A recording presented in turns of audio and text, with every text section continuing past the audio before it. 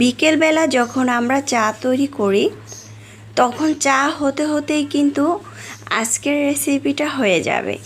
এরকম একটি রেসিপি থাকলে বাসার সবাই এত বেশি পছন্দ করবে, বাচ্চা থেকে বড় সবাই অনেক বেশি পছন্দ করবে। তো আর কথা নয়, রেসিপি শুরু করছি। রেসিপি ভালো লাগলে চ্যানেল সাবস্ক্রাইব করে লাইক দিয়ে পাশে থাকবেন। হ্যালো ফ্রেন্ডস, আসসালামু আলাইকুম। আজকের রেসিপিতে স্বাগতম জানাচ্ছি। প্রথমে আমি একটি বাটির মধ্যে 2টি ডিম ভেঙে নিয়েছি, দেখতে পাচ্ছেন। আর এটা কিন্তু ফ্রিজে থাকলে ফ্রিজ থেকে নামিয়ে রাখতে হবে। তারপরে হচ্ছে ডিমটাকে ভেঙে নিতে হবে। তারপর আমি এখানে নিয়েছি 1 কাপ চিনি। চিনিটা স্বাদ অনুযায়ী দিবেন। আপনারা চাইলে কিন্তু একটি ডিম দিয়েও এটা তৈরি করতে পারেন। তারপর আমি এখানে দিয়ে দিচ্ছি লেবুর খোসা। আমি এখানে লেবুর খোসাটা গ্রেট করে দিয়েছি। বাসায় যদি ব্যানানা এসেন্স না থাকে সেক্ষেত্রে কিন্তু আপনারা লেবুর খোসাটা দিলে তাহলে ডিমের যে একটা ফ্লেভার সেটা আর থাকবে না। আর লেবুর খোসা দিয়ে কেক তৈরি করলে খেতে কিন্তু দারুণ মজা হয়। এখন দিয়ে দিচ্ছি সুজি একসাথে দিয়ে তারপর হচ্ছে নেড়ে চেড়ে মিক্স করে নিব।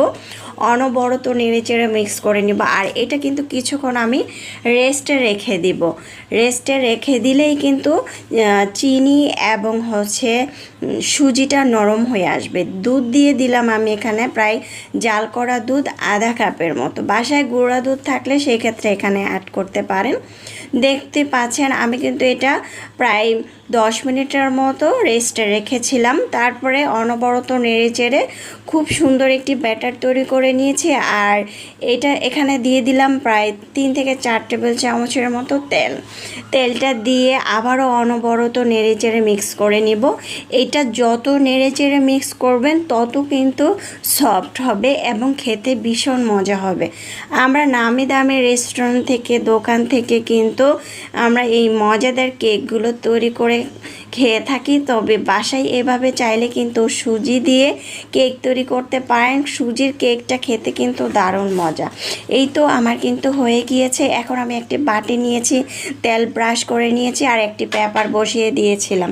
পেপার বসানোর পরে আমি ব্যাটারটা এটার মধ্যে দিয়ে দিচ্ছি। আর এটার মধ্যে কিন্তু আমি বেকিং পাউডার দিয়েছিলাম 1/2 টেবিল চামচের মতো। তারপর আমি আগে থেকে একটি স্ট্যান্ড বসিয়ে প্যানটাকে একটু গরম করে নিয়েছি।